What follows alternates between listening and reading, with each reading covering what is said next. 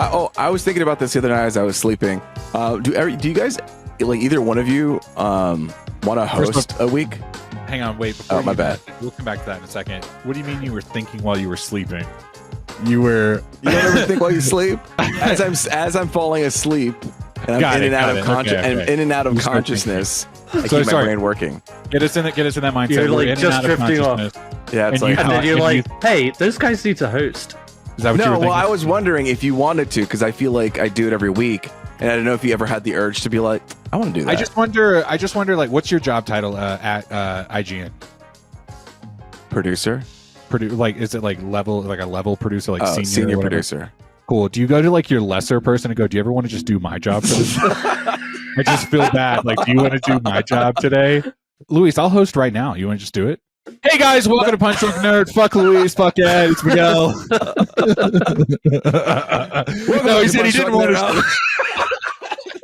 I always try to sneak in the welcome back to Punch Drunk Nerd. You know that? You guys catch that? Yeah. No, last week especially, because like I feel like the week prior, because like when you hit record, it counts down, and so I tried to time it so we're doing like a mid conversation. Yeah. But last week especially, it seemed like you were like, as soon as it hit one, you were like, welcome back to Punch Drunk Nerd. I was like, okay. But sometimes it happens like after a pause of a conversation, and then I'm left wondering, like, is he going to keep that in this week or not? Like, I thought that was a good conversation, but Luis doesn't seem happy about it. So sometimes you go back and listen to the episode, and you're like, "Oh, we kept that. Oh, okay. Yeah. Or we didn't keep that. Sure, that was like, bullshit. Or like, I thought that was gold.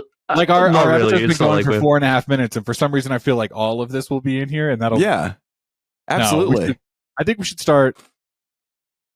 Welcome back to Punch Drunk Nerd, the podcast where three friends, three amigos, three bambinos come together to talk about nerd shit. And this week we are going to talk about Beetlejuice. Don't say it 3 times. But before we do that, we're going to talk about the news. And boy, oh boy, we have some news, not about movies, but about technology. Yay. We had the Apple event, but that's not what I'm going to talk about first. The first thing I want to talk about, and this is going to spark Miguel's interest. Yeah, I am Miguel Sanchez. Thank you. Oh, yeah. Did I say that already or no? No. Oh, and I'm Luis Gonzalez, and with me is... It's Miguel. And Ed. Cheers, everybody. PlayStation 5. It's got the Pro. We got the PlayStation 5 Pro now. Do you want to be professional? Is this the one you're going to get, Miguel? I'll tell you this right now. No. Okay. Listen, I think this is too much money for a PlayStation. The general consensus that I saw was like, if you're going to get into this price range, this territory, you might as well just get like a gaming PC. Yeah. You can just spend a little bit more and have like the top of the line, top notch experience. This has been a trend with PlayStation over the last couple of like bumps and iterations, right? Yeah. They'll be like, let's fucking watch you play The Last of Us Part 2 on this gen versus this gen. That seems to be like their go-to. And it's like a meme at this point, but they'll be like, watch her fucking run. And do you see how fucking... No, you sprinkles a little bit more. Yeah. You don't. It's not even like a lighting thing. It does not feel like this next gen step up. So for me personally, I'm already kind of like, I don't really feel like this gen pushed, other than a few certain moments. I don't really feel like this gen pushed the, and I'm almost done. Oh yeah. No. I don't feel like it pushed it forward in the sense that like from 3 to 4 did. I think I've said that before. From PlayStation 3 to PlayStation 4 was a huge leap. Yeah. And I haven't felt that. Ed. Yes. Ed. Yes. Oh yeah. Sorry, Miguel. You kept for our listeners. You kept mentioning the higher price. What is that price? Did I not say that? I'm sorry. It's $700 for the PlayStation Pro. When it comes with a couple different things, it's like the high end graphics. It's the high end storage built in. Ed, this is a point that I think that you wouldn't like. Okay, Google it. All right, listen. Did you know this, Ed? In the previous, PlayStation 5 came out with 2 versions. It was the PlayStation 5 with a disc or PlayStation 5 digital only. And you could save like maybe $100 and get the digital only version. Luis and I have kind of talked about that because like Luis is very much like, I'm just going to download my game. But I do have the disc version. Oh, I didn't know that. Well, the reason why is because of Blu-rays and stuff like that. I can play them. Exactly. Now, I had an instance with my PlayStation 4 where it got hacked. Someone tried to take control of my PlayStation and use all my games, and I realized I wanted to kind of block it all and make sure I could like have a disc version, and that's why I bought the disc version of the PlayStation 5. But Ed, focus up. This is for you. They are now selling the PlayStation 5 Pro no disc drive. It is a purely digital model. And if you want to add the disc drive to it separately, much like Apple, we'll talk about in a second with their dongles, right? The disc drive? You got to add it for like, Luis, correct me if I'm wrong. It's like something ridiculous, like $50 to $80. It's like $80. It's $80. It's $80 to add this thing on that my PlayStation just came with. Now, right, mind you, I would have saved $100 if I just got the digital version anyway. But still, it's like, hey, if you want it, you got to buy it separate. Yes, Ed. Is it two different versions or is it an attachment? It's an attachment. It's the same console, and you have to buy the attachment to go with it. Plug it in. The other thing is my PlayStation, again, comparing it to Apple, do you remember when your phone used to come with the headphones or the charger, in the box? My PlayStation 5 came with a stand that would screw to the bottom of it. I don't know why Luis is laughing. This is legit. People do not like this, okay? It's a stand where I could stand it up, or I could lay it down, or I could stand it up, but it came with the PlayStation. It never looks good laying down. Like it just doesn't look like it's supposed to be like that. Like a Well, I'm going to tell you, this is a separate conversation, but I lay mine down because it's like a hole in my entertainment thing. That makes sense. Yeah, if there's space for perfectly. it. Anyway. Yeah, it's like it hugs the PlayStation nicely. Although I do think about getting it out of there because sometimes it gets a little hot. But you guys also have cats, which I imagine would be like and my son they love too. PlayStations, dude. They rub up against it. They go, that warm, the static electricity. I'm sure. Oh, yeah, Side note: my entertainment stand has like a couple of sections where I was supposed to attach doors, but I never could get the doors to fit, so I just took them off. And then I put my cat, like my cat beds, in there, and now that's very cute and adorable. They lay under there. Yeah. Anyway, all that to say is like these attachments that would just come with your PlayStation, now you have to buy separately. This feels like a trend. I don't particularly you have to buy love a it. stand for this PlayStation. If you wanted to even stand. Wow, they're really and truthfully too, it's like if you're going to get this PlayStation, which is what like you need a better TV. It's not like if you get this PlayStation and you put it on your shitty LCD screen, you just wasted all this money. And he's talking in general, okay? He's not speaking directly to you. No, we all know my TV is like 10 years old. I think that's genuinely why I have to keep updating my fucking Fire Stick. But what was I going to ask? Yeah, I'm kind of like with Luis. If I did get a PlayStation 5, which obviously we've talked about, I would get it with a disc because I have Blu-rays that I would gladly watch. I just want to say I also have the disc one. You went with Luis on that, but I also have that. That was a very purposeful thing. The way Luis made it sound is like you just didn't care for the disc.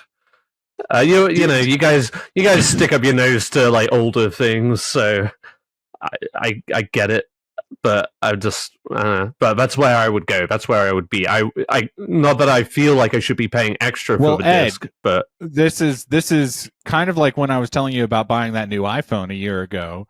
The new one's coming out, and now it's time to get that old one on sale.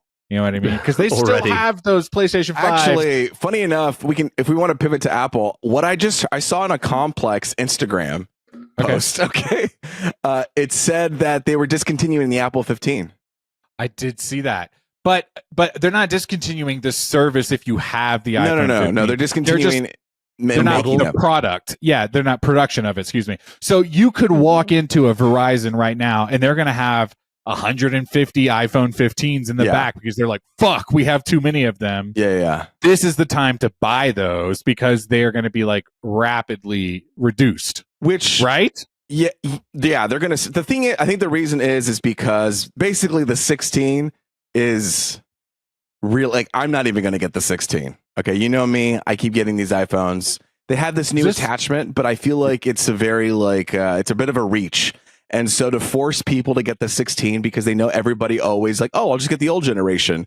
They're removing the old generation to force you to get that 15 technology with the 16, since there wasn't that much to update. So therefore, then you could argue that the iPhone 15 is becoming rare and it could actually go up in price. So I got that exclusive shit right here. Dang, dude. Yeah, me too. Not you, Ed. Not you, Ed. Not you. We told you, Ed. I'm pretty sure you guys just told me it was irrelevant anyway. So no, I think it's good. I will say this, talking about iPhones, Ed had the iPhone 6 for forever, but now the meme, and we even know someone that just got rid of his, I'm pretty sure, that the new one is the iPhone 8. That's like the lowest tier iPhone that people talk about now. Yeah. You know what I mean? And so, Ed, you made a huge jump from 6 to 14, okay? Yeah, Did you have a little bit of a culture shock when that happened? You're like, oh, there's no buttons. Oh, why am I swiping? Let me tell you, when I actually had like a frustrated, it wasn't an argument, but like a frustrating, angry realization of like not being able to actually turn off my phone because they've added a button to that process, where it used to be just one power button. You now have to hit the top volume button and the side button. Why are we making it harder all of a sudden? I'm trying to turn off my cunt fucking phone and I've got to press an extra button. And I'm pressing it here. And all that's happening was like Siri kept coming up. I was like, fine, fuck it. I'm not going to turn off my phone. I would just argue that probably the potential for that extra button was because of people accidentally turning off their phone with a one button system. So it's like a two-factor authentication, right? Authentication, excuse me. I threw an F in there. Where you press both and it's like you're purposefully turning off your phone. Can I ask you both right now, was that an issue for either one of you ever? I haven't had a one button iPhone in a long time, so it's been a minute. I've forgotten what that kind of lifestyle is. Ago. When did they bring that in? I mean, I guess I did just jump from the 6 to the 14, so it could have been one of the ones. Like it was the iPhone 10. The iPhone 10 probably, introduced right? it. Yeah. Okay. Interesting. All right. Let's see. When did the iPhone 10 came out? And then Ed, while we're at it, let's scoot that mic just a little bit. Yeah. iPhone 10. When did it come out? Let's see. It came out. Internet. Let me guess. 2018. Well, let's do the math. If we're on the 16 now, everyone, 2018 the first would it be 2018? Came out in 2000, obviously. Well, but would it be 2018? The first iPhone came out pre 9/11. Wait, somehow, Ed, you're louder now. What's going on? I moved it closer. Oh no, further. My bad. Oh. You don't even want to see the mic in the camera. Is that okay? That's great, Ed. Okay, sorry. Beautiful. We've fallen off the rails a little bit here. 2017. No, we're still talking about 2017. Yeah. So November of 2017. So just a kiss away from 2018. Just a whiff. I feel like though there's a couple things talking here just for a moment. Ed, you recently upgraded. Luis, you seem to always upgrade, but now you don't want to. What's the why? What's the vibe? Because there's not much of a difference between each model. Now, Ed, that's obviously, but Luis needs to work through it himself. Okay, You're right. I'm giving you all the answers. You should find. You got to let him come to the conclusion. Get to that journey yourself. All right, my bad. No, I think what I was really waiting for was the USB-C. That was a huge game changer, and to this day, it's still I don't regret that decision. It's been very useful, and I've used it many times. It's saved my life lots of times. I love the USB attachment here. So I'm on a 2-year payment plan with this phone, and I have that iPhone Renew. Okay. Yeah, I have an iPhone Renew program where it's like after a year, you can easily just swap the phone with another and continue that payment plan. So it's basically like a subscription fee for your phone. Like every month you're paying 40, 45, whatever you pick your plan. And so I was like, okay, I'm on this subscription plan.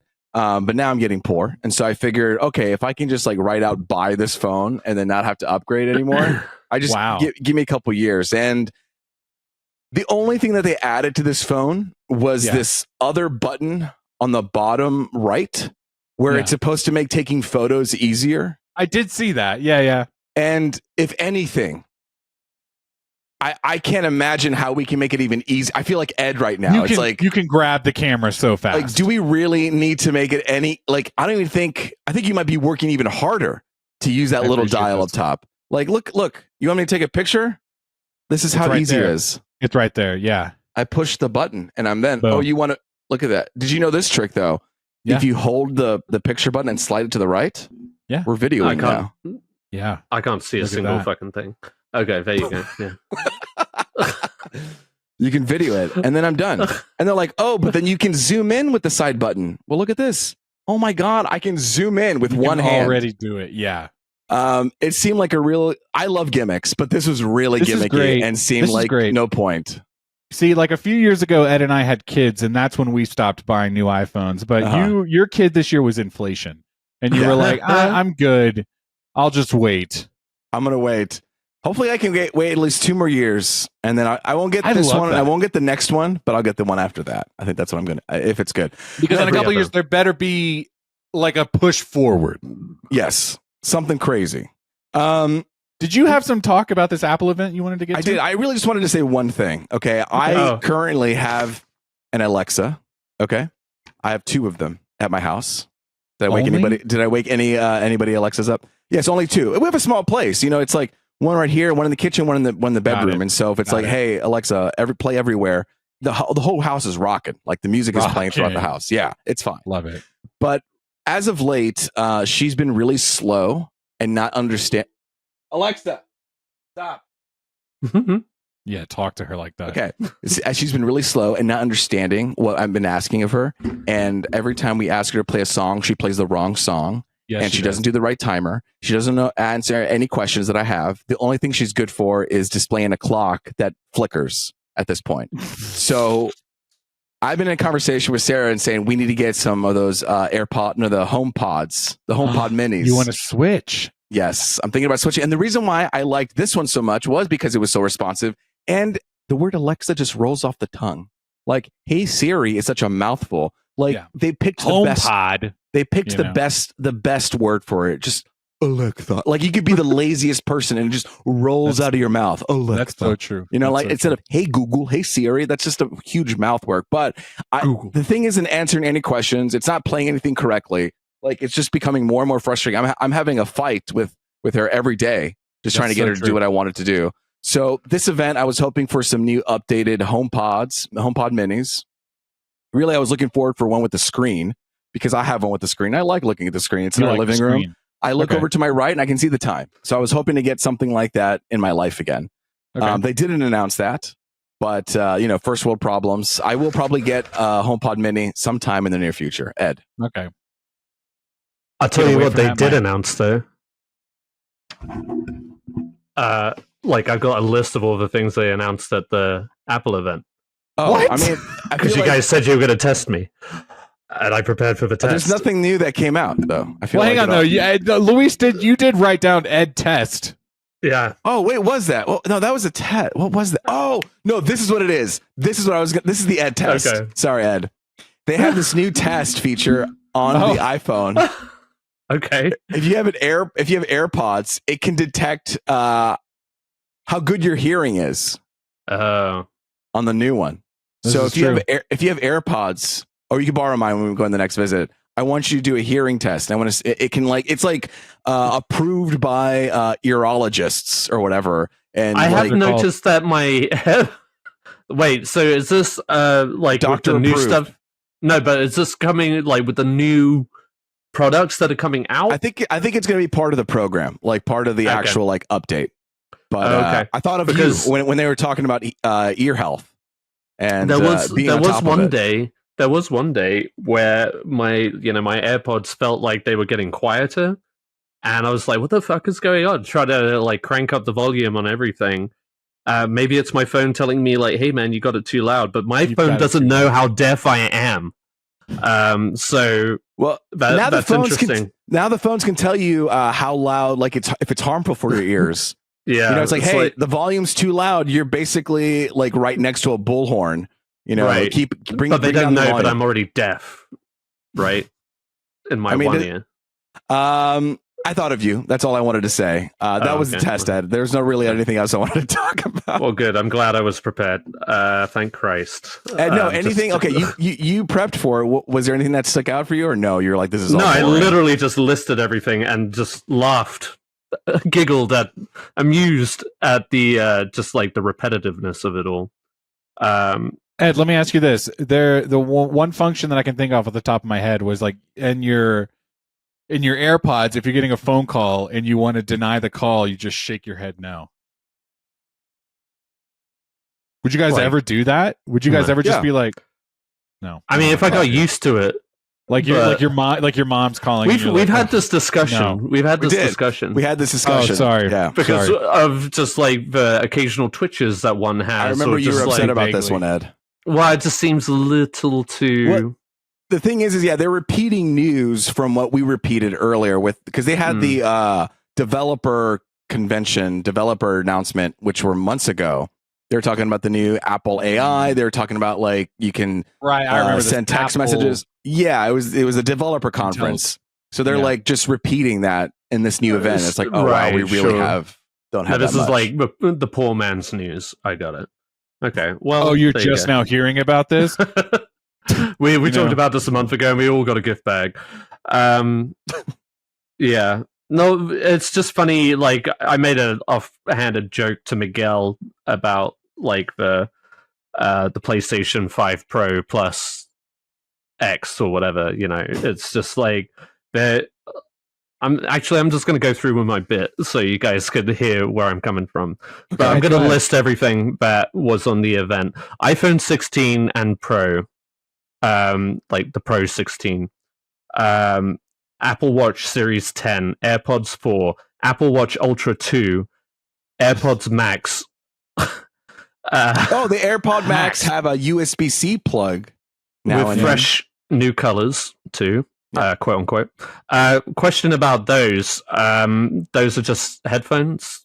Very expensive headphones. Very expensive. Like all of the Apple integration, but they're a over the ear, right? Yeah. And then there's the AirPods Pro 2. Yes, you can get see where I'm getting with those for one pair of headphones. Oh, what'd you say? And I gotta say, I'm in the market now. I'm currently I wear the wired ones for the podcast, but I have AirPod Pros, and I'm having trouble. I've had them for maybe 2 years now, which I feel like my last AirPods I had them for 2 years, and it was time to replace them. Now they're not charging appropriately. Yeah, appropriately or enough. No, not enough. I'm running into an issue where everything is charged, but then my left one isn't, or something, or my right one won't be, because they're not seated in properly. But it's like I can't do anything more to like seed this in here and close the thing. I think I got some new AirPods for like $25 a month, and then it got paid off in like 6 months. I'm not going to payment plan everything, like I'll just buy. There is something a little perverse. I'm letting the audience know, like if they want the AirPods, and they're like, I don't have the 100 and whatever. The ones I have are secondhand. I'm getting. Sorry, Ed, go ahead.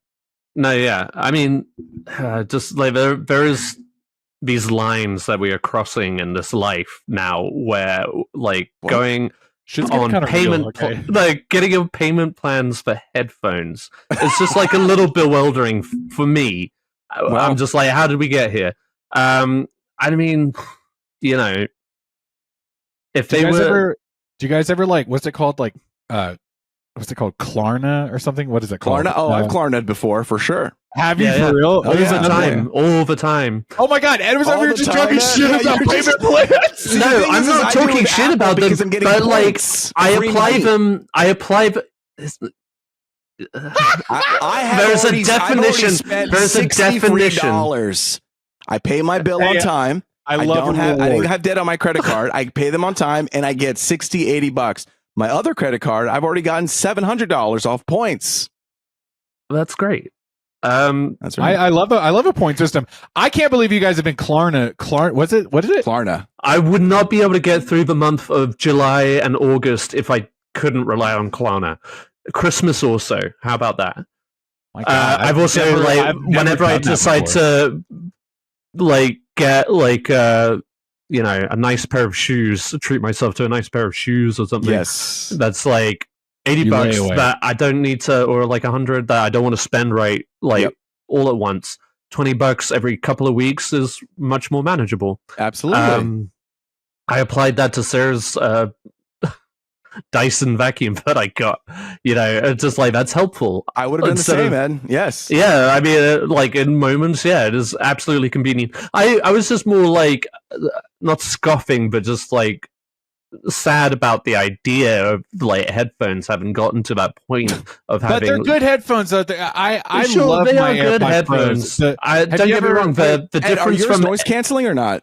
I was gonna no, say no. I've got like an old model of AirPods. Okay, that's what I'm saying. You can't talk about these AirPods unless you've experienced the noise canceling effects. And that's not Okay, shit but talking. what's the That's not price shit tag on talking. that to you?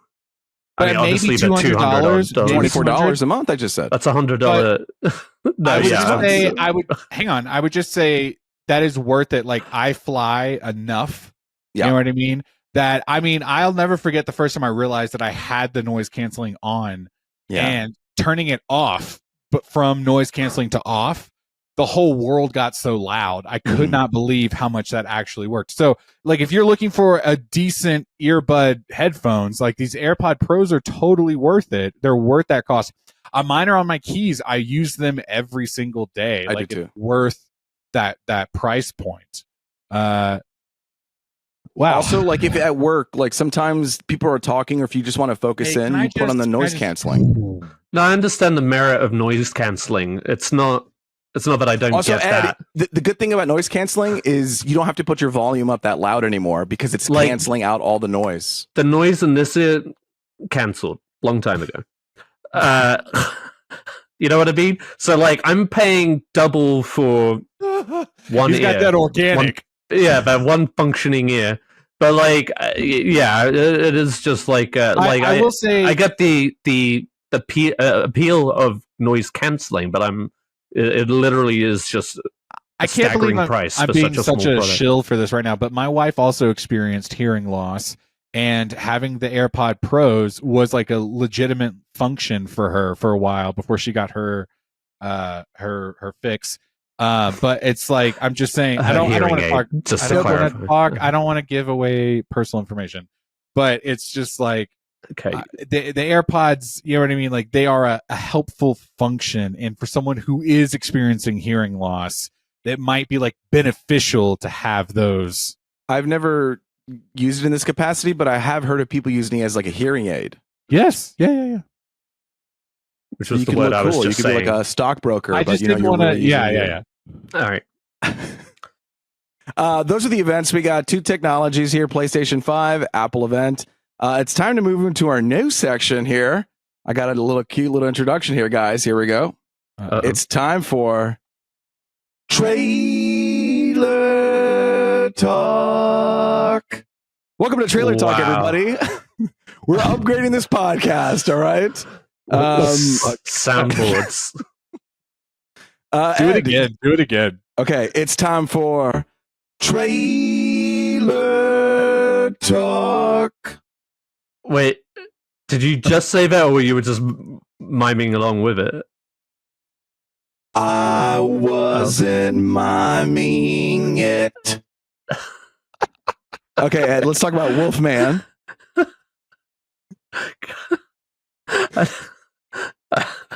Why? You know how like inadequate my voice feels right now?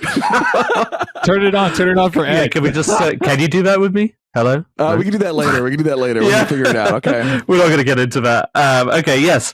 They just dropped a teaser trailer for the upcoming Wolfman. Wolf. What? Huh? God damn it.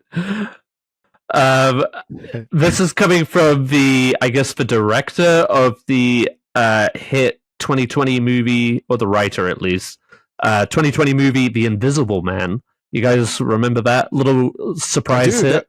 that was during the pandemic. It was, yes. And that kind of like took one of those old Universal monsters and kind of gave it a nice modern twist. Did you guys see that movie, either of you?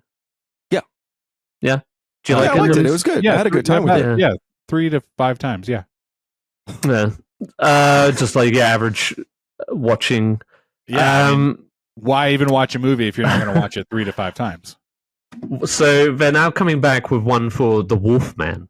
But they're calling it Wolf Space Man. instead of the Wolfman. Um, That's for the sequel later, you know, the Wolfman. That's like when they were like the Batman, right? Like the something. The Kingsman. Yeah. And when they did that, it was the Kingsman. The Well, to be fair, like if ever I had made a Batman movie, I was going to call it the Batman. You know what I mean? It's like just a different variation. As with all the the Dark Knight, it's the same fucking character. No, I Drop know. the you know what I mean? Like Facebook. Drop the cleaner that way. No, I like the Batman. Anyway, so yes, this is just a new modern twist on the classic Wolfman tale. A man must protect himself and his family when they are being stalked, terrorized, and haunted by a deadly werewolf at night during a full moon. Man. But as the night stretches on, the man begins to behave strangely. Oh. So this stars Julia Garner, Christopher Abbott, Sam Yeager, Matilda Firth. That's all that's listed right now. But you know, after the Invisible Man, you guys know I like these like odd like the monster movies. The I like them, the Monsterverse, but like you know, yeah.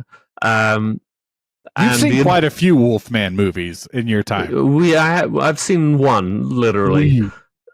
The one with Benicio del Toro that came out a while ago. Bro, if you don't know your shit, don't even hop on this pod, you know? Like...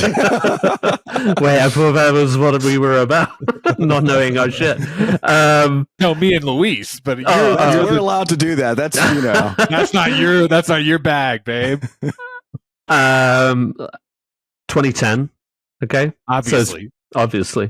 Anyway, so yeah, and given the success of The Invisible Man, I would say this at least has my curiosity. So you don't obviously see it a whole lot. This is very much a teaser trailer. Oh, but yeah. Anyway, thoughts, questions? No, they didn't show that much, and it seems like when Universal failed, Blumhouse decided, you know, fine, I'll take care of it myself. Situation. So you guys doing anything with that? No, all right, yeah. We'll take it. Because they're owned by Universal, or they work with Universal Blumhouse, Yeah. So they're just like, okay. Oh, it's just an offshoot at this point. Then they were like, here, take it. Yeah, they can do a better job than what Universal proper was doing. You know, they were able to do it more grounded and scarier. Universal's definitely just trying to, you know, franchise everything. Mm-hmm. But I had a couple thoughts watching this trailer. Go on. Right. First off was that little blonde curly-haired girl from the Ozarks. You're gonna have to fucking kill me. That yes, Luis knows what I'm talking about. I know what you're talking about. Yeah, that's Julia Garner, right? Yeah, that's what I would have said. Right, that's her name. Yeah. I saw her a couple times, and I was like, "Wait, is that girl?" And then I was like, "Oh, okay." And that's it. But that was my thoughts. Okay. No, I tell you what, I was kind of like, I don't give a shit about this. I'm not gonna go see it type vibe. But there was a couple moments where the like younger sibling was like, "Daddy, is that you?" And I was like, "Oh no!" And then you got hooked into it. I was kind of hooked. I was like, "Oh no, my God, that's so terrifying from both angles." And then all of a sudden, I was like, "I get it," you know? Yeah. Like, because he doesn't want to, she is terrified. You know, it's like it's this monster taking over, and I was like, "Okay, that's a very like appropriate." I don't know, like. Whatever, but I don't know what I'm trying to say. But it feels so you're like into it. You're ready to watch it. I don't know about ready to watch. Like I'll watch it at home, but I do get why that is like ooh, edge of your seat. Like oh God, that's terrible. Enticing. Why it does a good job of yeah. Great. He punches through the windshield at one point. And you see his little dog hand. You're like, oh, he's a werewolf. Yeah, I was expecting his arm to look a little bit more werewolfy, but it looked a little bit more of a human than I expected. It looks like they're going to try and blur the lines. A little bit instead of making it like cartoony Wolfman, like actually make it a blend of the two. He's just like, I'm hairy now, and I like to gnarl. Like, yeah, I'm just no. Wolfman comes out. Wolfman. Oh, my bad. Wolfman comes from Blumhouse Studios. Will be hitting theaters. That time later. We have another trailer, The Apprentice, January 17th, 2025. Sorry. Oh no, Oh, not no. a January. No. I Ed, I'm know. so sorry. But it might be all right. It's never all right. It's never all right. Yeah. You know what is all right? Donald I know Trump. Donald Trump. Whoa, And that was the okay. last episode of Punch Drunk Nerd. Thank you guys Thanks, so guys, for much. joining us. We're done. No, you're talking about this trailer with the new movie, Donald Trump movie, right? Yes, correct. The Apprentice, which was initially they play this premiered at Cannes, I believe, and this is starring Sebastian Stan and Jeremy Strong. Sebastian Stan obviously is Donald Trump, and Jeremy Strong is playing something Cohen. Roy, you say Roy- that obviously, but it feels like Jeremy Strong would totally play Donald Trump. Oh, You know what I mean? definitely. Like if it was offered, he 100%. Yeah. But a more of like a super prosthetic version Yeah, of him. yeah. You wouldn't Yeah. recognize him. And Right. He would do the whole bit. You know what I mean? Right. Yes. Yeah, yes. So And this they'd is be kind like, of. and they would be like, Jeremy Strong's been kind of inappropriate on set. He's like, I'm acting. Okay. Do you like Jeremy Strong, Miguel? Nar. Oh. No, I'm sure he's a great guy. Not in person, but as an actor, Jesus Christ. he's probably just top. He's notch, committed. yeah. He's a guy who's committed to his work. You know what I mean? And sometimes people like that are off-putting in a general setting, Sure. but that's Mhm. okay because they're above it all, right? Like right. that's As their long whole as thing. it's not like creating a toxic environment for like his fellow actors and stuff like that. Well, Is he? Well, is he, Miguel? I don't know. I just assume he probably is. You know, Oh. they well, wrote that that's nice. fucking article about him. They so I did. They don't know. did. They did say not. Yeah. Well, anyway, what do you think about this trailer, Ed? The Apprentice. Well, you know what? Like the biggest, the biggest thing. Like I feel like a lot of people are already like, I just don't want to see a movie about Donald Trump, especially Yeah. right now. And I'm kind of like of a similar, similar feelings. But obviously, this isn't really setting out to paint a nice picture of him. This is kind of like a evil villain origin story.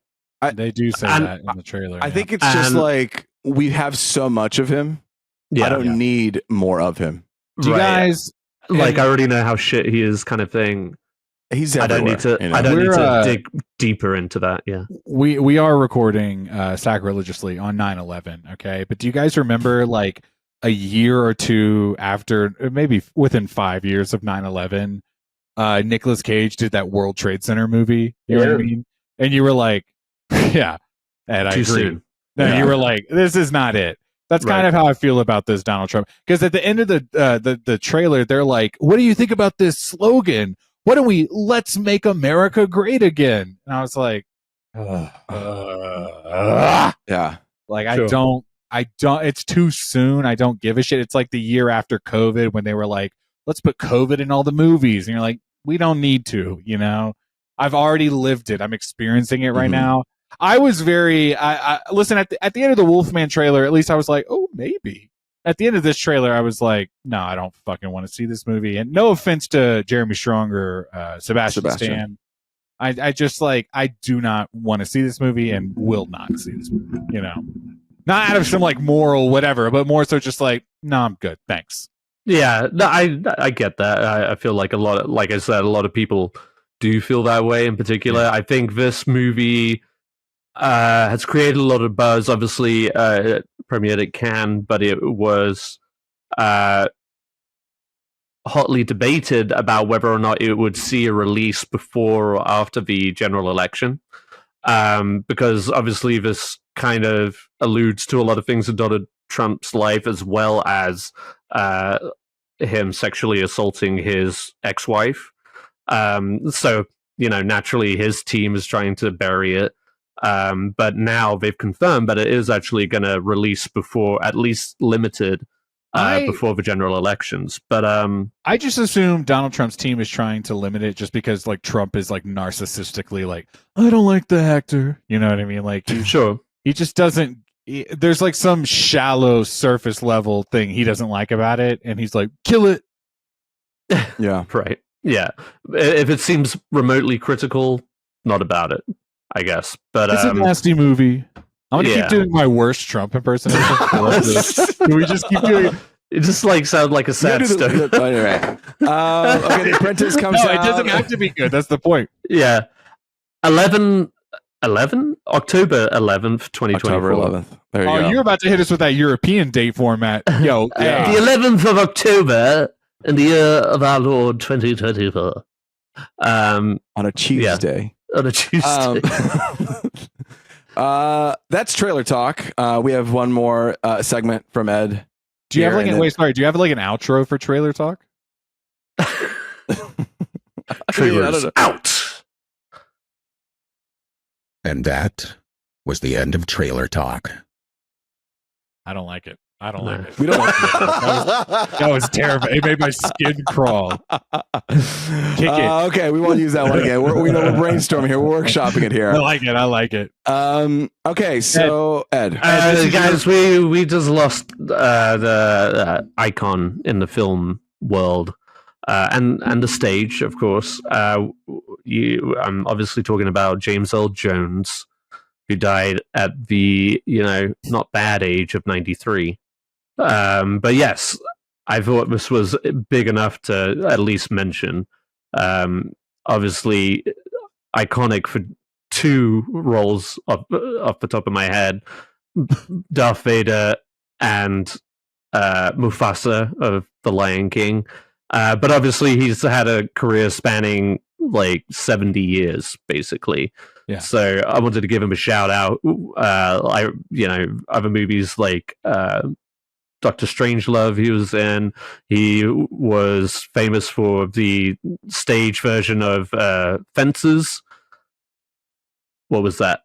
It was like you doing the Doctor Strange thing. I loved him when he was in Multiverse of Madness. Yeah, that was really good. I don't remember that. Was he really in Multiverse of Madness? No. I'll say this. I liked him as a kid growing up. Sandlot. He was the neighbor. I said Doctor Strange, didn't I? Not Doctor Strange. No, you said Doctor Strangelove. You said Strangelove. I made a visual joke. No, I get it now. Listeners, I'm just being insecure. I'm being insecure. Sorry. Sandlot, a man is dead, guys. Sandlot. Stop joking about it. The Sandlot. Well, according to Luis, sorry, not Luis, but some people on the internet, thought he was dead already, and I think that was like, how do you not know that? That he's I think it's a dead. mistake that people could make since they were using AI to replicate his voice in other situations. Yeah. Like he hasn't been that lend itself. That lend itself to the hey, he's not around, so we're using AI to supplement that kind of material. Sure. Yeah. Yep. James Earl Those Jones. people should know better. James Earl Jones. Cheers to him. Hey. What are you doing? Is that you, Ed? I accidentally knocked my wine glass. Ed's got a soundboard as well. All right, everybody. We're going to move on to our feature discussion. Beetlejuice.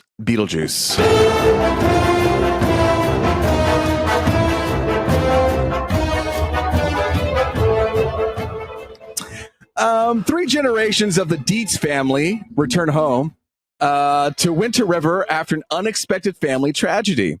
Still haunted by Beetlejuice, Lydia's life soon gets turned upside down when her rebellious teenage daughter discovers a mysterious portal to the afterlife.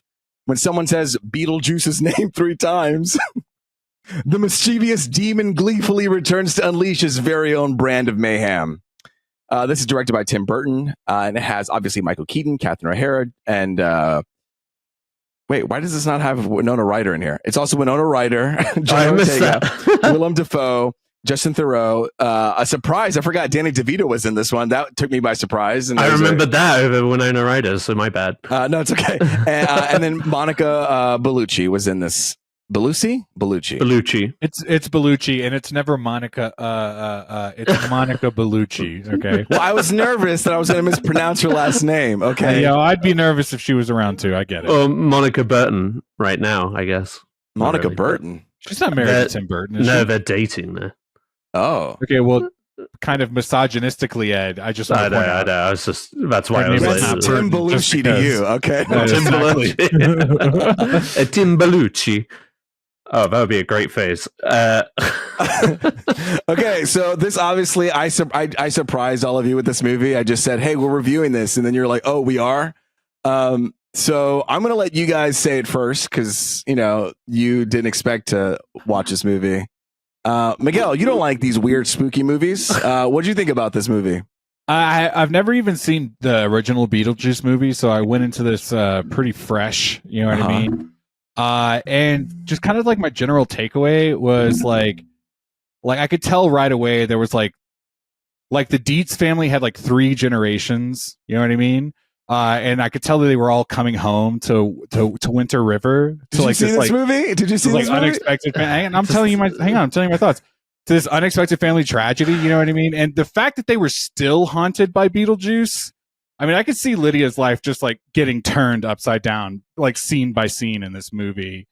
And just like her rebellious teenage daughter, played by Jenna Ortega, you know what I mean? The way she discovered these, like, some would call it a mysterious portal to the afterlife. I'm just saying, when people said his name 3 times, I couldn't believe he showed up. Yeah, and with especially when he would unleash his very own brand of mayhem, I just like, wow, this is a movie, you know? I was having a great time. You told me you saw this movie. Yeah, I saw about an hour of it. And then you left? I'm not going to lie. Sometimes I pretend I fall asleep during movies, but like I legit walked out of this movie. But only because I was like, this isn't for me. You know what I mean? I was like, and damn, I've never watched a movie in my life. That's crazy. I would tell you, experience that sometime in your life. I've done it multiple movies. Yeah. Okay. It's so fun. It's so freeing, especially because my AMC theater at the back row of whatever theater I was in, was it Dolby? It was probably Dolby. The back row is all the way upstairs. There's a whole second, story to my, to the building. And there's like this like creepy little like corridor that no one ever goes down. And I was like, here I am. And I took an elevator down and I walked to my car and I drove away. It was a great time. Beetlejuice. Ed, what were your thoughts on Beetlejuice? Well, I did commit to watching the whole thing. Oh, God. Did Ed commit to a movie? Duh. Yeah, I mean, we mentioned it a little bit last week, but my feelings towards that movie are kind of low. Like, I saw it and I was remembering just like, what the fuck was that about? I don't get it, really. The first one or the second one? The first one. Yeah. So like going into this one, yes, my expectations were super low. I wasn't thrilled about seeing it, especially like a legacy sequel. Okay. But we are in that trend. We are in that trend of like legacy sequels right now, where it's just like little rehash of the original. But I will say this one actually surpassed my expectations. Like this was I want to say like I feel like Tim Burton could have done this blindfolded, but at the same time it felt like a return to form for him. Like it had a bit more life than he's had in a movie since Sweeney Todd, which was 2007.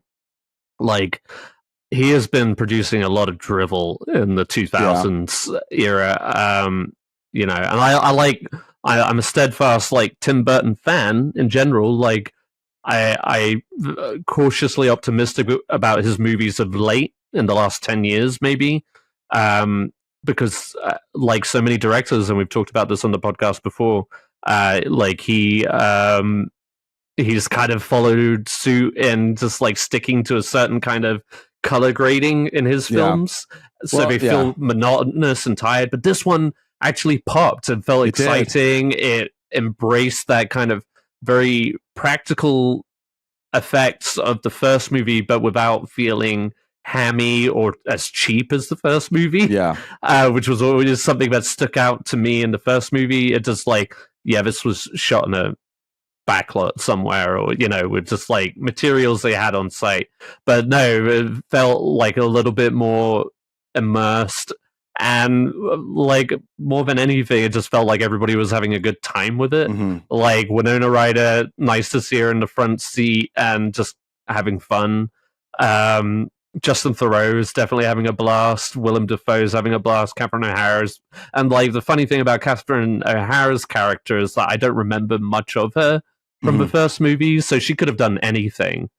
And I mean, it is Catherine O'Hara, so I'm already a fan, kind of thing. But like, she could have done anything, and I'd be like, oh yeah, it's just like the first movie or whatever. But no, it was fun. Like a lot of the plot, if you could call it that, was just loosely pieced together and mostly irrelevant, i.e. like Monica Bellucci's character was really didn't there are a lot of side plots that don't really amount to anything, but what you get from this movie is just like I said, this like Tim Burton could do this with his eyes closed, and he does it well, and it's fun and energetic, and just kind of like a fun time. Like it was a solid 3 stars for me out of 5. You know, like I kind of maybe I need to go back and rewatch Beetlejuice, but I definitely enjoyed this more than I expected.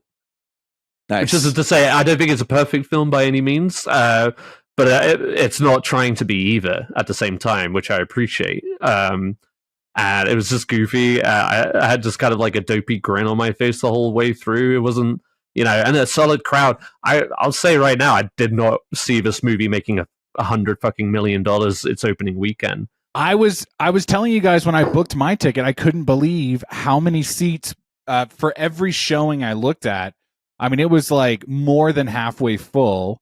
And when I went to go see the movie, the audience was very responsive to a lot of just the overall experience, from trailers to the movie itself. You know what I mean?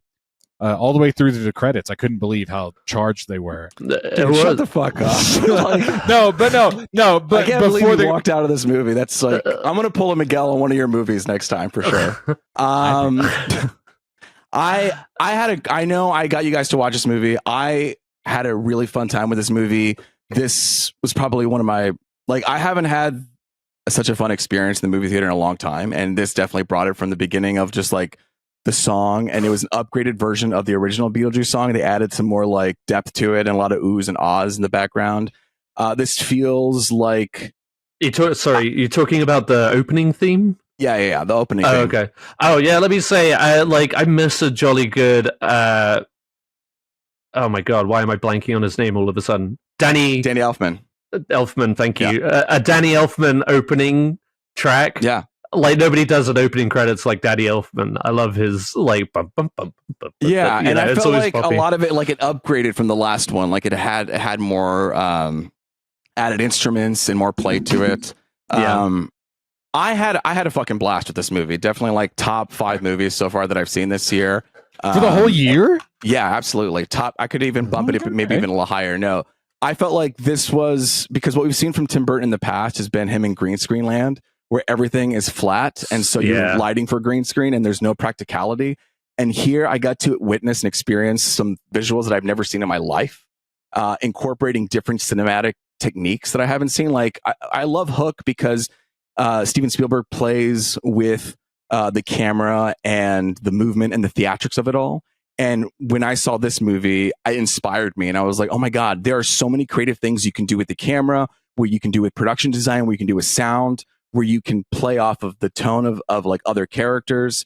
I felt like I was in a tango dance, and this director was just guiding me throughout the whole thing. I never felt like a lull on my end.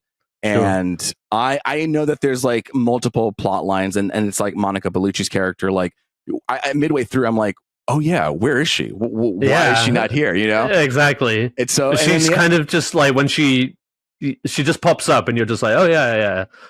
But it's more of just like the overall energy that makes it feel like, oh yeah, kind of thing, instead of like, oh, what the fuck is this kind of thing. Like I was frustrated. I'm sure it's a way to get Beetlejuice, to incite Beetlejuice a lot earlier into the movie, because in the first movie he doesn't show up till like the last 30 minutes, and he makes a big break in the last 15. So here, they said, let's get him up in the front as quickly as we can. this was like the inciting incident, but then she didn't really do much later. She was very scary, you know, as she kind of played on. And I loved the whole like piecing her together, and we actually get to see her because, you know, that's a very iconic look of like these monsters that have staples on them, but rarely do we get to kind of see it actually happening. And also, I thought it was paced really well too, because it's like, oh god, this is gonna take forever, stapling every fucking little thing. But then they made some clever jumps, and I was like, oh, I like how they were able to do some of that stuff. Again, that character, you know, we don't see much of it, and that's fine. Jenna Ortega, I think it's pretty cool that she like what she's doing now, where she's like, she was in Wednesday, and now she's doing Beetlejuice. So she worked with Winona Ryder and what's it called? Who the other girl played Wednesday? Christina Ricci. So it's cool that she's kind of doing all this.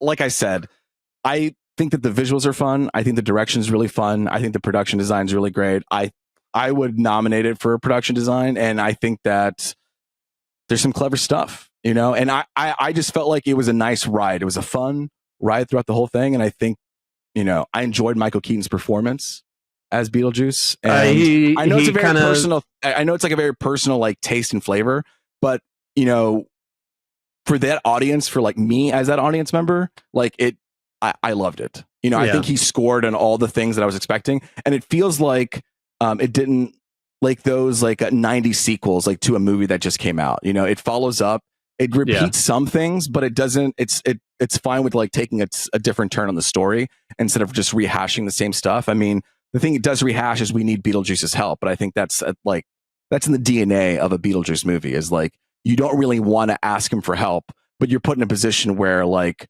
oh, my daughter is going to be lost forever if I don't call for him at that time, you know? Right. So the juice is loose. Whoa, hang on a second. Luis is pretty good about these like random ass impressions, Ed, but that was really good, dude. That's my only Michael Keaton impression. That's the most you could do. I mean, you hear it so much in those trailers that have been building up to this movie. I don't know. Luis really wanted me to be Gambit for Halloween, but I don't know, Ed. It feels like you could totally do Beetlejuice, right? All right, yeah. All right, so but then we have to think of the perfect one for Luis. I could make a list for him. every pretty boy I've ever seen in my life. I never do anything fun for Halloween. I never get like a good costume. I can never like remember last year I was saying you and Sarah needed to dress up as that guy in it. What was that Marvel werewolf movie? Werewolf by Night. 100%. Yeah, like that would have been great. But also any movie he's been in, you could be him. I mean, essentially, yeah, basically. Like if you and Sarah wanted to do Tu Mama Tambien, you could do that too. Just dress up as two teenage boys wanking on a. Anyway, where did I go? So, Luis, one of my biggest things going into this was like I said, I came out surprised, and a lot of that surprise also did come from the fact that Tim Burton has been so flat lately and just uninteresting. And like I've always given him the benefit, heavy, and so like, the visuals look flat. CGI. I cannot tell you here the practicality you can feel. You know? And I cannot tell you how like genuinely pumped I was for him to do like Alice in Wonderland, because it seemed so right. Yeah, for that. But like it just was so underwhelming in so many different ways. And if it had any of this kind of luster and texture to it, like it would have. Was really great too in this movie. Yeah. And I didn't follow up on that. So apologies to that cinematographer. But yeah, no, this genuinely felt like a effortlessly Tim Burton film, and it does make me wonder, like, what is the reason for that? Why has he not been able to kind of capture this up until now for like a solid, like at least a decade, man?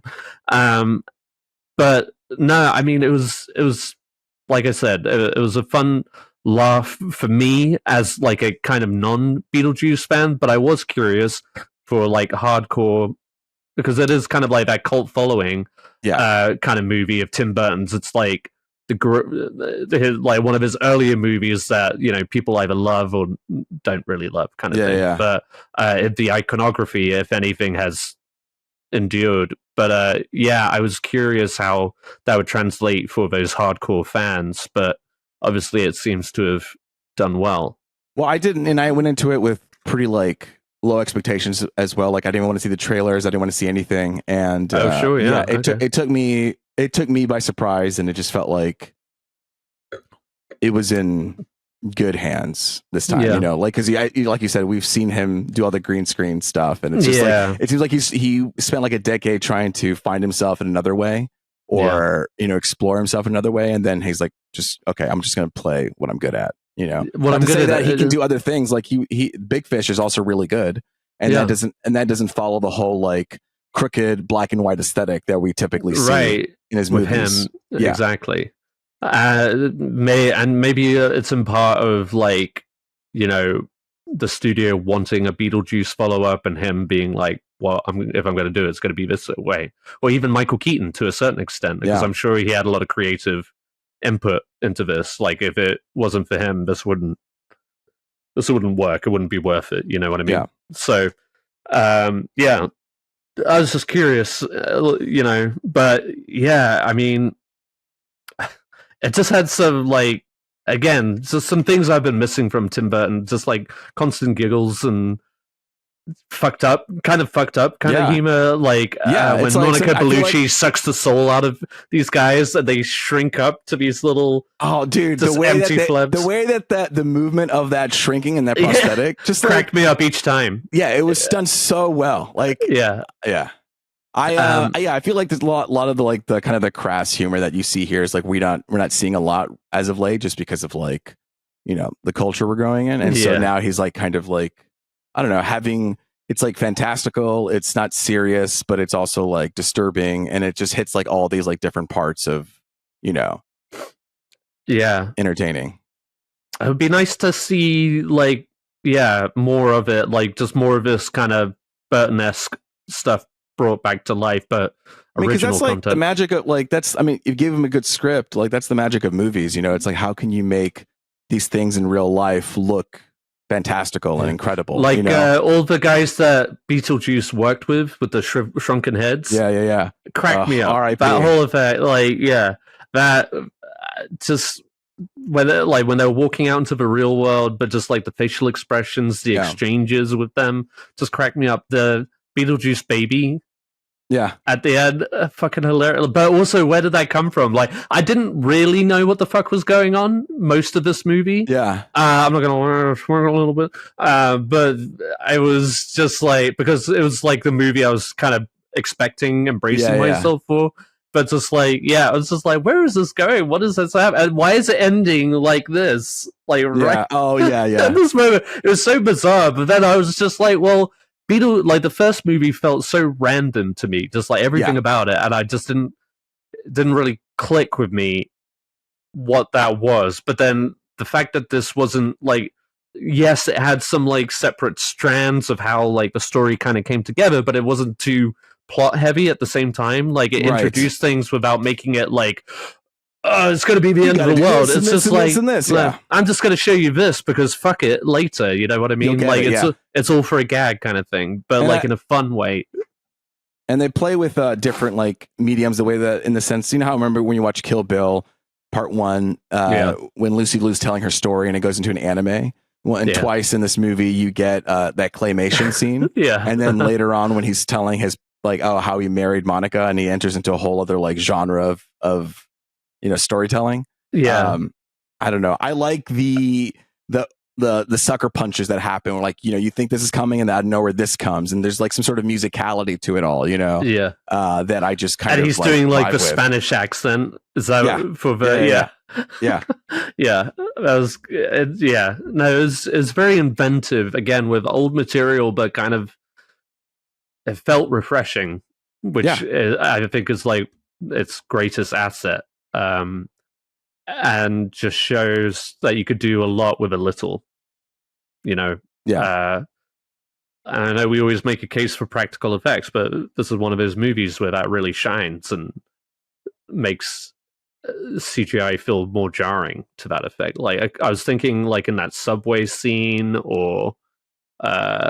even in the town, like I feel like a lot of that these days would just be on the volume or totally. like a backdrop, and again, like you were saying, stage green screen. Flat, and then you're just watching the characters walk down like a green set of stairs, basically. But yeah, no. So to that, I applaud it. To the fucking amount of money that it pulled in domestically, like looking at the overseas pool, I was just like, yeah, that's me. That's where I sit usually, as far as Beetlejuice is concerned. But like, clearly there is this fondness for this character, so I appreciate that, and I feel like, I was keen to see, because I knew you were being precious about this, like avoiding trailers and stuff like this, not in a bad way. I mean, just like in a like you were cautiously optimistic for it, but like you are a Beetlejuice fan. I didn't realize how much it was. I thought it was just like, oh, we all like Beetlejuice, and then I find out that not everybody likes Beetlejuice. I'm like, oh, I guess I like Beetlejuice, and then that's like my thing now. All right, guys, that was Beetlejuice. Now we're gonna wrap it up with what we're into. Miguel, you've been playing a new game. I have, yes. Hey, you guys have PlayStations? You son of a bitch. Yeah, I got a Pro PS5. He's pre-ordered it. No, we were very blessed on the PlayStation front. Sony released Astro Bot. If you guys bought the PlayStation 5, it came with a kind of a demo game downloaded, Astro's Playroom, and they released. It was still in development. I don't know if it was in development or more so it was like a feature to show you like what the PlayStation 5 controller could do. It was very much like the new controller can do 5 or 6 different things now. Yeah. And let's try to showcase those features. But it ended up being such a popular game that luckily Sony kind of pushed into development this actual full-fledged Astro Bot game. And my son loved the demo so much. He's played it so many times.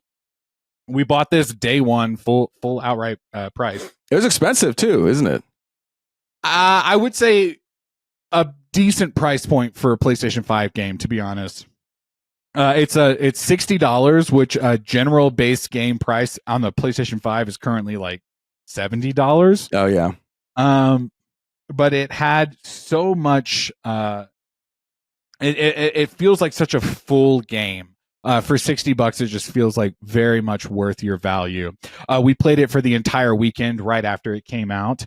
It's kind of like PlayStation's character. Like Nintendo has Mario, you know what I mean? PlayStation is kind of centering Astro as its featured game. It's a ton of fun. Not only do they play with those mechanics of the PlayStation 5 controller, but they just really build on the fun of not only Astro and the levels he can get into, but just the overall fun of the PlayStation itself. I had a great time playing this game. I think you guys should absolutely play it. Luis, do you have this yet? No, it was a little expensive, and so I was gonna wait till it gets on a deal, and then I'll probably snag it then. I recently played, because I played Astro's Play, the one that came free, Playroom. Yeah. So I played that a little bit, but then I never finished it, and so I was like, okay, let me finish. It's a very short game, so I finished it like in the past 2 days, and it was like super fun, and I love when they were talking about like, oh, the controller is going to feel so much more. And dude, when he's like walking through the sand and the desert, you can feel all those like little vibrations. Like, oh no, this is like sand walking now. It's raining now. It feels this. Like they do a really good job of and playing with like motions of your hand as well. I think at some point I would get tired of doing it for different games. Like I'm just trying to like, because sometimes when you play video games, you're on your couch and you're like this. Game. Yeah. And then this one's like you really have to like there are moments where I have to stand up and move. I don't know if it was the same thing here. Did they bring in any new like inventive stuff to? I will say they built upon the things they were already doing with the demo of the game, like the monkey. Yes, yeah. It is like you're moving the controller. you end up flying. Like he goes to space a lot. So there's like a home planet that he crashes on, and then he flies to all the levels that are on different planets. And the spaceship you fly on is a PlayStation controller. So you hold your controller and you like fly the ship through the levels, through the intro of the level. And it is a lot of the same things. Like there's a feature where you could like blow into the speaker and that does something. Right. Or like the trigger functions where they're a little bit more firm or loose, you know, depending on what you're doing. But the thing that this game built on was just simply going, hey, do you have like PlayStation games that you loved playing that you kind of can't play anymore? And some that you do play, but maybe you haven't played in a minute? Let's do those games on an Astro level. That's cool.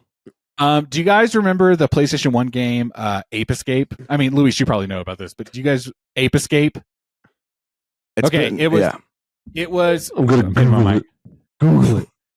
It was like the first game you ever played that had the two sticks on the PlayStation controller, right? Like the left and right stick. Yeah. And you ran around. Every level was you trying to catch like 5 or 10 different monkeys running around the level, and you would use the stick like you had like a hoop, and you would catch the monkeys. Oh my god! See, Ed doesn't. He gets it. He doesn't get it. He gets it. He doesn't get it.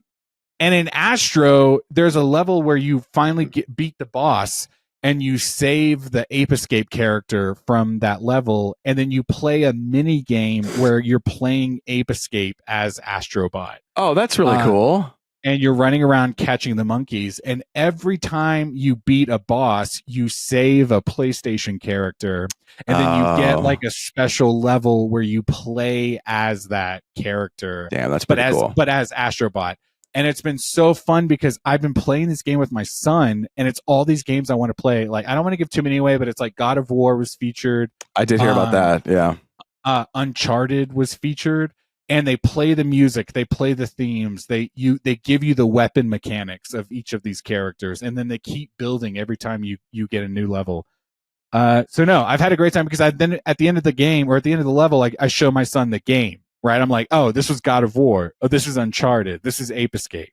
Yeah. And we don't play the whole game, but I just show him the thumbnail. Of I'm like, this is what I've been playing, and then like the thumbnail will play the music of the game. You know what I mean? And Uncharted especially has such a beautiful score to it, and so it's like, which I know I don't talk about it a lot, but it's no, you did. Maybe one of the best I've ever heard, and I think Ed, you would love that game.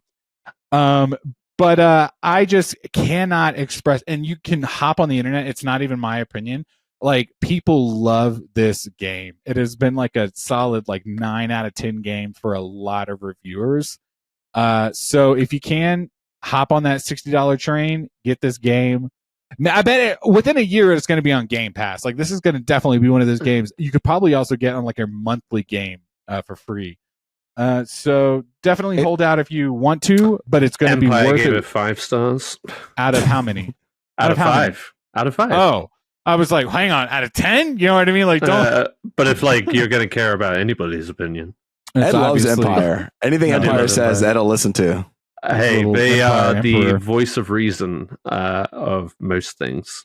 They gave Star Wars. I'll ask you this then, Miguel. Let me ask you this. Yeah, go ahead. They gave Star Wars Outlaws. 4 stars out of 5.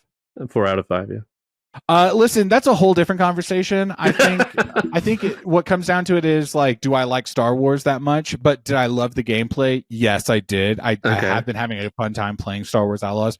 I do think there are more. I've played a different Star Wars game that I enjoyed slightly more, kind of right out of the box. But I would tell you this right away. Sorry, Mike. Astro Bot is solid 5 out of 5. It's a great game. 10 out of 10. Yeah, everybody's talking about it, and you guys definitely love it. And Ed, you could play it with Lily. You know what I mean? She would love it. I was thinking about that the whole time you were talking about it, because I was looking up pictures of that and then Monkey Escape, and it's called Ape Escape. So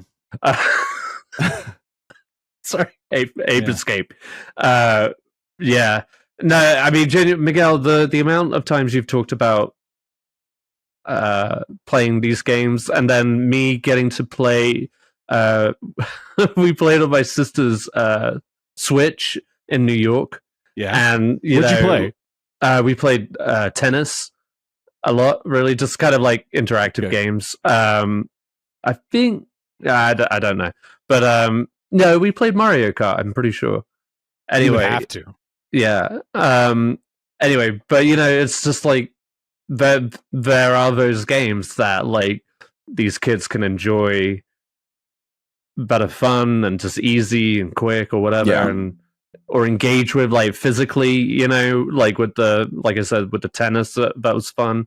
So yeah, that's the other thing is like if it came down to it, if I was going to get something for the family, would I get like a Switch or this is a whole different conversation, but that's a whole different. Yeah. I mean, but like if I got a PlayStation, I know that would be more for me. You know what I mean? Yeah. Like, I get to play FIFA. Though I guess Miguel you were talking about playing FIFA today. I texted Ed earlier. I just recently started playing FIFA with my son. He's 5 which years is just old, like I'm fucking.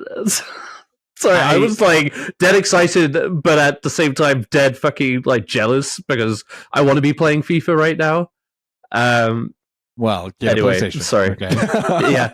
No, I told you guys I brought out the old PlayStation 3. Hey-ho. How's it going? How's it holding up? It doesn't hold up. It doesn't work. But anyway, because I've just like brought it out but left it out and not done anything with it. We're preparing for a baby kind of thing. But like Lily has pointed it out as like, so how does this work? And it's like, you put the disc in here. She's like, but how do you play the game? It's like, oh, well, you got to connect it to a TV. You see.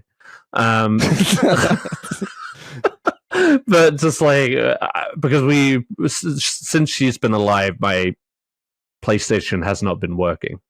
So I haven't really like I've had like my computer game, which I can't play anymore because guess what? My fucking computer's too old. It's just like, guys, I need to get my life together, I guess. No, you're doing great. Yeah. Like, come to my house where I keep antiques. We have a landline telephone. Did you know? But not just a landline. It's one of those rotaries where you tuck it to your ear. And now you have to wait for it to go back to zero before you can dial again. Alexander Graham Bell, could you connect me? Yeah. No, I'm having a great time with Astro Bot, but that's really all I've been up to. I have been enjoying the Star Wars game, which I can't wait to talk more about here soon. You're just trying to complete it? I've got a lot going on. I'm juggling a lot of balls. You know what I mean? You still got Fortnite too. You gotta get those XPs. Louise, don't start. I'm gonna wait on the Fortnite talk. Genuine question.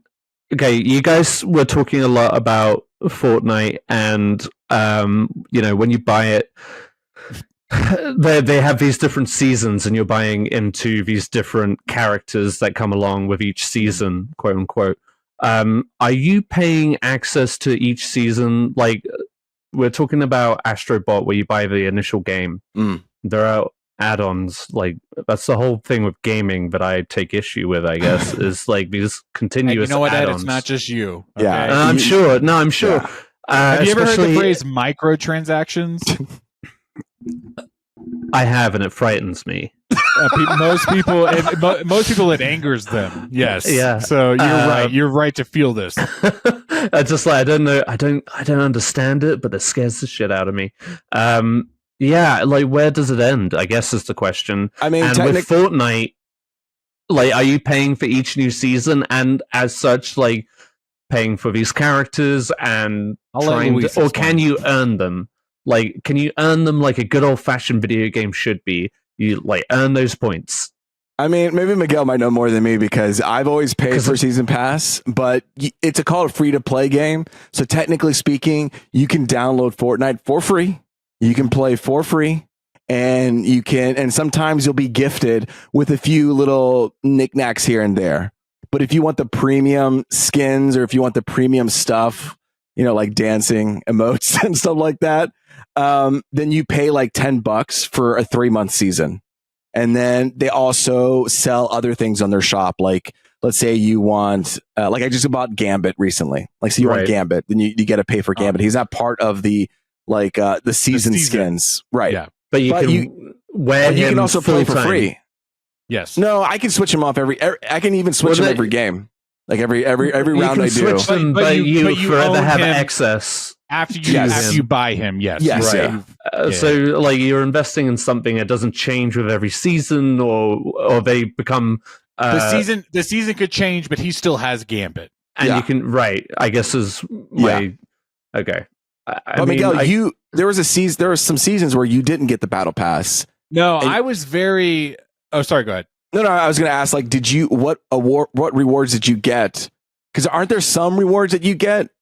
So Or no? yes, like very early on into my Fortnite experience, I feel like Ed's frozen. I can't tell. There he is, or he's just thinking. There was very early on. this is just into- my face, man. No, okay, that's fair. Very early into Fortnite, and I feel like we're going to talk about this later in another episode. But very early on, I was like, no, I refuse to pay for anything. And like, I already had like a PlayStation subscription, so like every now and then they would be like, "Oh, here's a freebie because you were already subscribed to PlayStation." And I was like, "Okay, finally, I'm not like the basic person anymore." But yeah, like I tried to go through like the Peter Griffin season, whatever that was. Like I went through that entire season not paying for it. And then I paid the $10 or $11 for the next season. And then Luis expressed to me that if you play the season and then you buy the season and then you play through it and you earn the points throughout that season, you might actually earn enough points to buy the next one for free, like off of points. And that's how like that funnel happened. And I was like, well, now I need to lock in because I need to get this like 1,000 points for free so that I can pay for it without like my bank account actually being paid. Yeah. And then every now and then I would spend that 1,000 points on something else, and then I'd be like, "Fuck, okay, here's my $11. Okay, now I have to pay you again." Yeah, and they know what they're doing. And if you were playing with Lily, you'd be like, "I'm not going to spend any money," and then after a couple months, they drop the Ninja Turtles. You're like, "Well, fuck." Oh, and that's the other thing. What I've learned, Ed. Okay, let me teach you something. Okay. Yeah. Hey, you know those Ninja Turtles that were here 2 months ago? Guess what, bitch? They're bringing them back. Okay, they will just bring them back. They will bring them back. So you're saying they already had it? Yes. So like they'll have it, and you'll be like, I don't want to spend this money. Oh fuck, I missed it. But hey, guess here's what? the They're latest coming back. season. And they throw it in again because they're like, hey, here's some other shit right, you like want they're to buy. banking off of like there's a new movie out or something like that. Yeah. Right. Oh, and they will do that too because like Deadpool came out and I bought the Deadpool Wolverine one. Right, Yeah, you got fuck yeah. Gambit. Yeah, I get it. I want Gambit. Gambit looks clean. You know what I mean? But you Gambit's know who I pretty play nice, as? We played and Luis was Gambit and I did Cyclops from the X-Men Marvel cartoon. And I was like, yeah, okay. I can main Cyclops. That's fine. Let's go. Can you guys can you be girls, like female characters? Like, of course. I don't know why. This is a very inclusive game. You Man. can be Poison Ivy. I was going to say, like, I would want to be Rogue. Do you get their powers You automatically? can get Rogue. No, is it Rogue? Yeah, Gambit came with Rogue. Gambit and Rogue. 100% be Rogue. Yeah. Oh yeah. Like she Sometimes flies and she has super strength and all of that. Well, other shit. not. Sometimes you don't get like her flying abilities, but you don't get the abilities. But they do have the this skin. So sometimes they do special it's a gun things. game. So there's sometimes they do the special thing, and like a couple seasons ago, they had another Marvel season, and they brought Mjolnir, the hammer, Thor's hammer, and only those who are worthy can lift the hammer. So it's in the game you can destroy things with what they call a pickaxe, and there's different pickaxes. It could be a bat, it could be a knife, but this is Mjolnir where you're like destroying things. Okay. Now in Fortnite, you can give anybody anything. That you can give them that weapon, you can give them that whatever. But Mjolnir can only be held by like a handful of characters on Fortnite. So if you try to get like Gambit to hold it to destroy things, he can't. It won't let you. So they do sometimes like cute little things like that, but for the most part, it's all interchangeable, and my mind is going wild right now. Have they done? They probably haven't. Have they done like a King Arthur one where we could pull the sword from the stone or whatever? That is something that they would do. Yeah. You get the idea. Or James Bond. Yeah, so they did a Spies season where and they integrated the Kingsman umbrella. So it kind of works like the Shield, where you pop up in the umbrella and they shoot at you, and it blocks all the weapons, and you can still see them. In the Nintendo 64, they had the golden gun. If you had the golden gun, it was like a one shot, one kill. Like, and you know what, Ed? There are levels to the weapons you get. So, like, let's say you have a pistol. There's different levels to that pistol that you can find throughout the match. You might get the regular ass gray pistol, right? Or the exploding bullet or pistol. You can get like the orange or gold pistol. You know what I mean? And that's like it takes less shots. It takes less shots to kill a person. You know what I mean? Yeah. All right. I feel like we're going to talk about Fortnite later in another episode, so I don't want to over talk it because we're going to do a whole thing. Whatever. We're going to special guest. Yeah, my absence. You can ask your questions then. Yeah. It's a strange time. I went down a separate hole there. It is a strange time. But my mind went into some things. I have been into some things.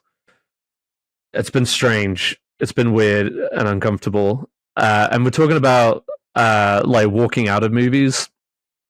I'm not going to talk about this movie too much, but like there was a point where I felt like I was going to hate it.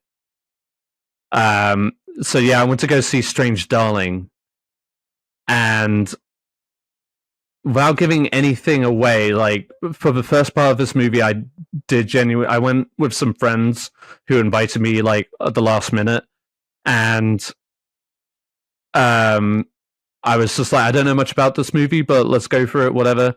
And it is set up as a certain kind of horror movie, and for the first half of it, I found it oppressive and jarring and like genuinely grating. And then like the where it was going, like certain themes of it, I was just like dead on uncomfortable. And that was just like, you know, the story it was telling and stuff. And again, I just like I at a certain point I genuinely asked myself, I was like, I don't like this. Like I don't like what's happening on any level. Though I will say it's a gorgeously shot film. But however, it does take a turn. And again, I'm going to be as vague as possible because I'm not trying to overhype it either. Because like I said, because of how grating it is, I feel like it could be, and that might just be me, but I feel like that could alienate a lot of people when they're seeing this movie, and whether the payoff on this kind of like the second half of this film is worth it, basically.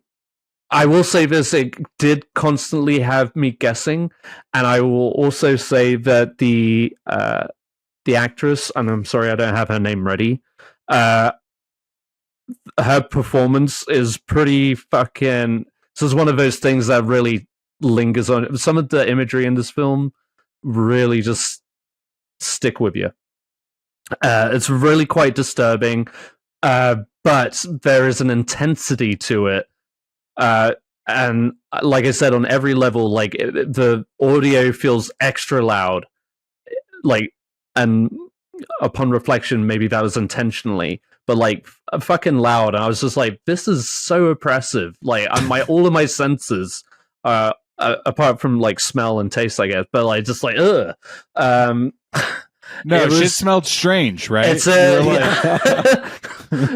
smells like, what's that whiff? Why does it smell like shit all of a sudden? No, it was. Oh, don't spoil the movie, okay?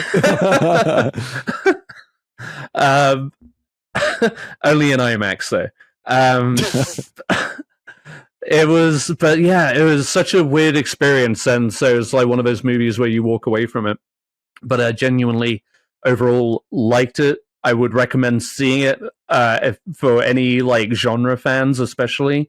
But it is also a very challenging film. Like if I had been watching it at home, I would have turned it off. You know what I mean? Like for the first time. So I was locked into it, and it had me guessing the whole time. The way it is structured is very curious at first, and then you're like, oh shit. And I'm going to stop talking about it. Would Nolan would have liked this movie because of the structure? Yeah, quite possibly. Yeah. It definitely surpasses any kind of expectation you might have going into it. But like I said, it deals with a lot of like intense subjects, so that might be hard for a lot of people. It might be triggering for some audiences. It is not an easy film to get going with, but once you, again, it's really going to be like whether people take away from it or can sit with it as long, because I feel like it's deliberately made this way to get that kind of sensation, but it's very alienating. Like I said, I was like not on board with this film for a good while. So it was very conflicting. It's not one that I like, kind of like Long Legs. That was more kind of like a different kind of experience where you're just like freaked out, like it's creepy and unsettling. It's very, very tonal. Yeah, this one was very like in your face, aggressive on every, like, so many levels. So yeah, I welcome any thoughts on that, and I'm sorry for being so ambiguous, but also talking too much about it. I mean, I'm glad you're ambiguous. I was worried when you were going to talk about it, because that's what everybody says. It's like, just go into this movie not knowing anything. And I still don't know anything really. Just by that very discussion, you're already setting up expectations. And if anything I've learned from this podcast is like, I overhype too much shit because I'm a slut. I love it all. You know what I mean?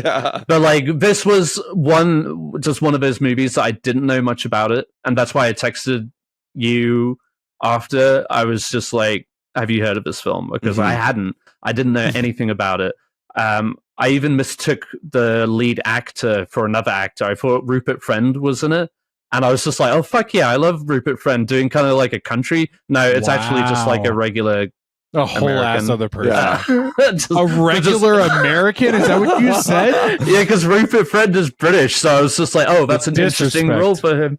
And he's been on an interesting journey lately, so I was just like, yeah, great. I also love that you texted Luis like, hey, have you seen this movie? Because it must have been the day later, he was like, I'm so tired of hearing about it. I know, and I was just like, oh shit, did I break him already? It was you. Yeah, I was just like, so. There was two more people after you.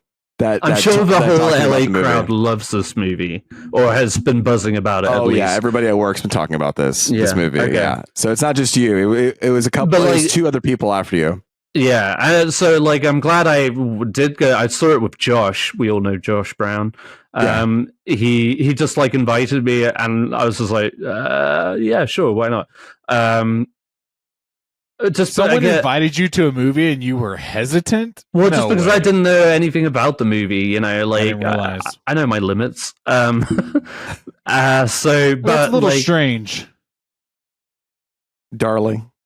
Thank you. That is a little right. I was like, wait, he's segueing into something. It's like, no, it's the current subject. No, just keeping it right here. Yeah.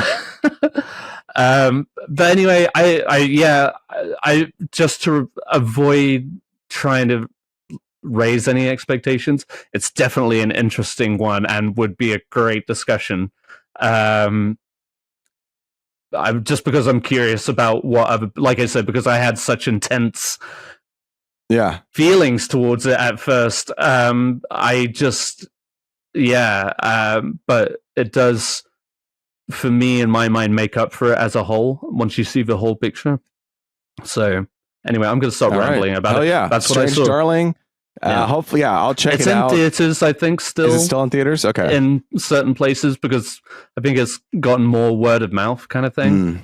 But yeah, it's a good one. But you want to go into it not knowing anything. All right, guys, that was our episode this week. Tune in next week. We're going to talk about Dream Scenario, a movie that I'm not as attached to. I just thought that was a fun movie to talk about. So we're going to do Dream Scenario next week. That was the movie I picked for winning the Summer Movie Wager. If you haven't listened to that episode, check that one out. Hey, it's been me, Luis Gonzalez, and with me's been. Miguel. And Ed. And until next time, later, Gators.